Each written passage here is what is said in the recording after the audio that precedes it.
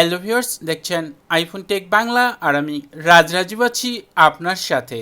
Viewers, বর্তমান সময়ে আইফোনে অনেকেই ডুয়াল সিম ব্যবহার করেন। বিশেষ করে iPhone 10R, iPhone 10s, iPhone 10s max সহ বর্তমান সময়ে যে সকল সিরিজ ডিভাইস রয়েছে 11 series, 12 series, 13 series, 14 series, 15 series সকল ডিভাইসেই কিন্তু আপনি একাধিক সিম ব্যবহার করতে পারেন।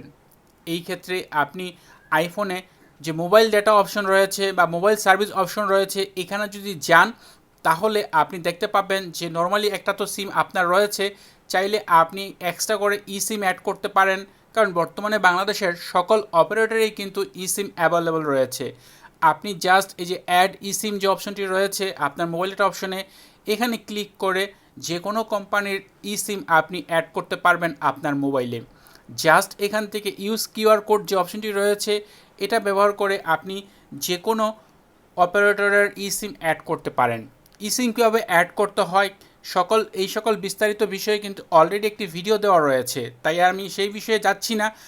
আজকের এই ভিডিওতে শেয়ার করব যে আপনি যদি দুইটা সিম ব্যবহার করেন সেই ক্ষেত্রে আপনি কিভাবে কল করবেন, কোন সিম সিলেক্ট করে কিভাবে আপনি যে কাউকে মেসেজ দেবেন ইত্যাদি বিষয়ে।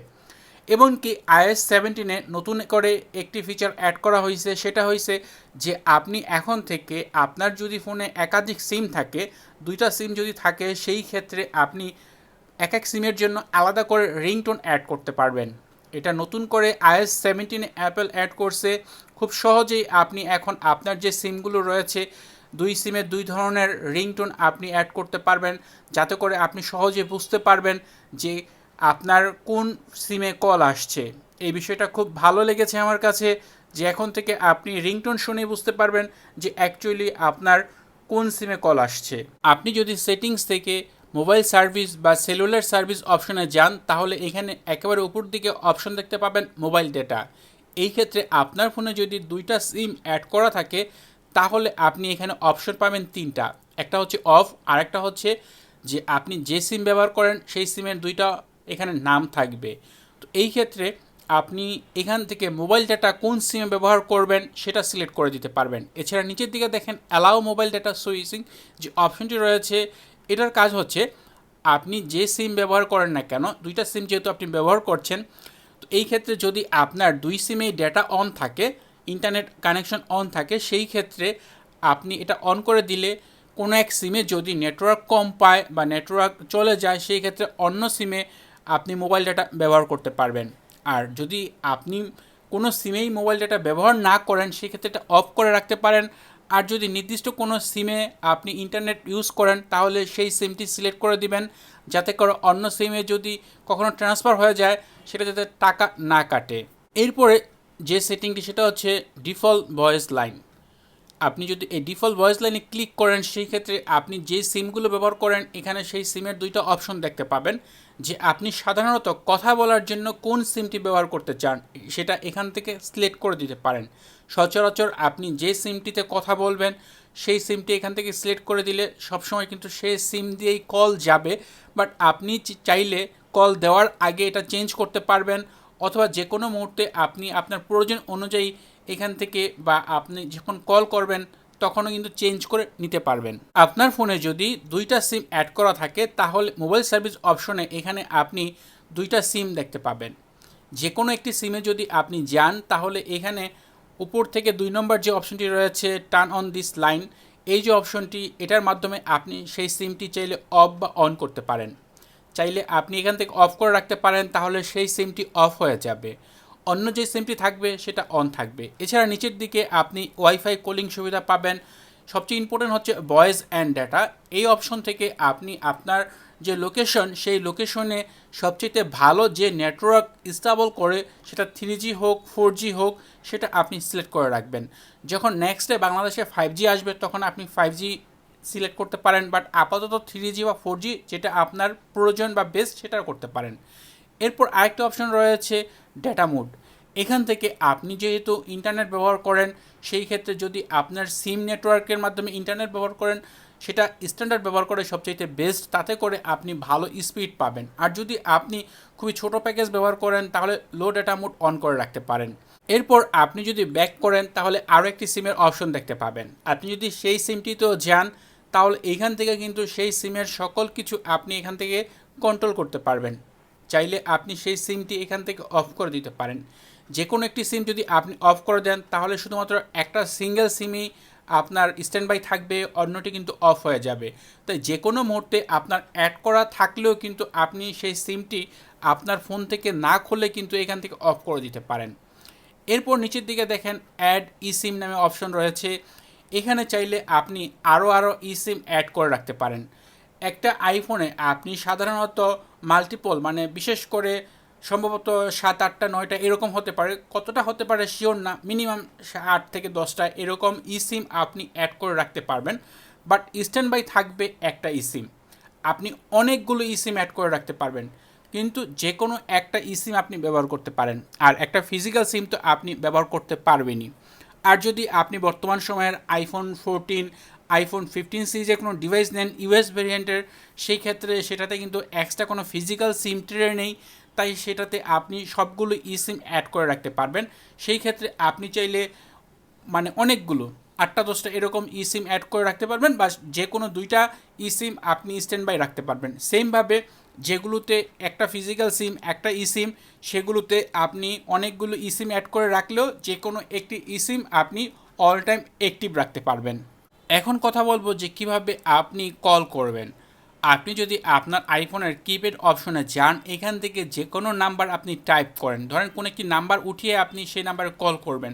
নাম্বারটি উঠানোর পর আপনি উপরের দিকে দেখতে পারবেন যদি আপনার 2টা সিম অ্যাক্টিভ থাকে, সেখানে 2টা সিমের নাম রয়েছে। জাস্ট এখানে যদি ক্লিক করেন সেই ক্ষেত্রে এখান থেকে আপনি সিলেক্ট করতে পারবেন যে আপনি কোন সিম দিয়ে কল করবেন। বিশেষ করে দেখেন আমার ক্ষেত্রে গ্রামীণ ফোন বাংলা লিঙ্ক 2টা রয়েছে, আমার এই মুহূর্তে গ্রামীণ সিলেক্ট করা, বাট আমি চাইলে এখন বাংলা লিঙ্কে ক্লিক করে দেওয়ার পর সেটা বাংলা লিঙ্কে সেট হয়ে যাবে এবং সেই কলটা বাংলা লিঙ্ক নাম্বারের মাধ্যমে আমি কল করতে পারবো। সেমভাবে আপনার কন্ট্যাক্ট লিস্টের কোনো নাম্বারে যদি আপনি কল করতে চান, সেই ক্ষেত্রে কন্ট্যাক্ট লিস্টে গেলেই এখানে দেখবেন উপরের দিকে অপশন রয়েছে সিমের, সেটাতে ক্লিক করলেই আপনি এখান থেকে আপনার সেই সিমের অপশন পেয়ে যাবেন যে কোন সিম দিয়ে আপনি কল করবেন। আপনি আপনার পছন্দ মতো যেই সিমেই সিলেক্ট করে দিবেন, তারপর ডান করে দিবেন, সেই সিম থেকেই আপনার সেই নাম্বারে কল চলে যাবে। এছাড়া আপনার যদি কল লগ অপশন থেকে কোনো মিস কল আসছে বা কোনো নাম্বার সেভ করা না, ওই রকম নাম্বারে কল দিতে চাইলে সেই নাম্বারে চলে যাবেন। এরপর সেমভাবে এখানে উপর দিকে দেখতে পারবেন অ্যারো রয়েছে, অ্যারোতে ক্লিক করলে এখান থেকেও কিন্তু আপনি সিমের অপশন চেঞ্জ করতে পারবেন। গ্রামীণ, বাংলা লিঙ্ক, এয়ারটেল, রবি, যেই কোনো সিমই আপনার থাক না কেন আপনি এখান থেকে চেঞ্জ করে নিতে পারবেন। এটা হচ্ছে যে আনসেভ নাম্বার। যদি কোনো সেভ করা নাম্বার রয়েছে আপনার কল লগে, সেটাতেও কিন্তু সেম প্রসেস।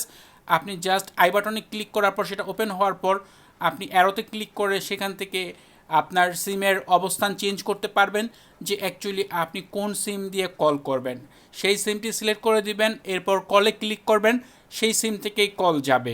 তো এই বিষয়টা খুব সহজ করে দিয়েছে এবং iOS 17-এ এই সুবিধাটা, আপনার যে কল লগের সুবিধাটা, এটা নিয়ে আসছে অ্যাপেল।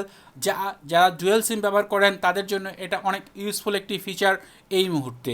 যদি আপনাকে কেউ কল করে, যেহেতু আপনার ফোনে 2টা সিম, কোন সিমে কল আসছে কীভাবে বুঝবেন?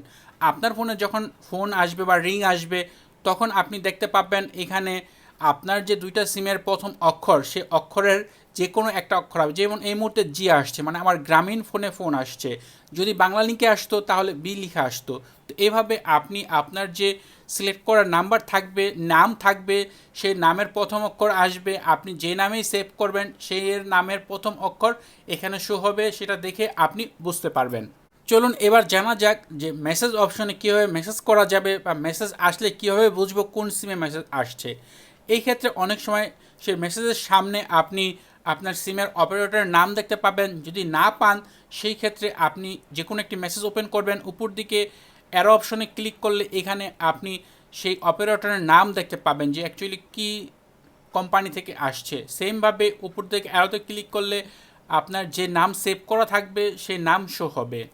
এটা তো গেল মেসেজ আসার ক্ষেত্রে। আপনি যদি কাউকে মেসেজ করতে চান সেই ক্ষেত্রে নিউ মেসেজ টাইপ অপশনে চলে যাবেন। এরপর আপনি আপনার কন্ট্যাক্ট লিস্টের যে কোনো কন্ট্যাক্ট এখানে অ্যাড করতে পারেন অথবা কোনো একটি নাম্বার টাইপ করলেন। টাইপ করার পর নর্মালি রিটার্নে ক্লিক করার পর এভাবে আসবে। এরপর নিচের দিকে দেখেন ফরম অপশন রয়েছে, এখানে আপনি আপনার সিম চেঞ্জ করতে পারবেন যে কোন সিম থেকে আপনি মেসেজটি পাঠাতে চান। আপনি এখান থেকে আপনার সেই সিমটি সিলেক্ট করে দিবেন। এরপর আপনি নিচের দিকে মেসেজ টাইপ করে দিবেন। টাইপ করে দেওয়ার পর আপনি সেই মেসেজটি সেন্ড করতে পারেন। খুব ইজিলি আপনি যেই কাউকে মেসেজ করতে পারবেন। আপনার সিমের অপশন এখান থেকে সিলেক্ট করে তারপর আপনি সেই মেসেজটি সেন্ড করে দিতে পারবেন।